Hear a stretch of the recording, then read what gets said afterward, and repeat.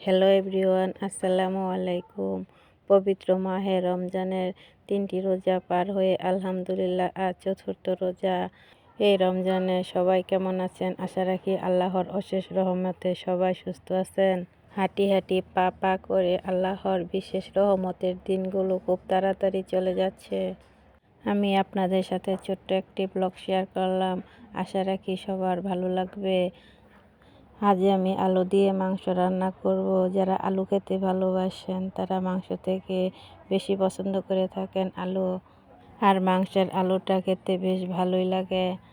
আর এই তো দেখেন কতগুলো আলু দিয়েছি। এখন এগুলো ভালোভাবে কষানো হয়ে গেল, পরিমাণ মতো ঝোল দিয়ে ঢাকনা দিয়ে ভালোভাবে ডেকে দিব। কাছে বা দূরে যে যেখান থেকে আমার ভিডিওটি দেখছেন সবাইকে অসংখ্য ধন্যবাদ। আমার রান্নাটা কেমন হয়েছে সবাই কমেন্টে জানাবেন। আজ এ পর্যন্তই, কথা হবে অন্য কোনো ভিডিওতে। আল্লাহ হাফেজ, আসসালামু আলাইকুম।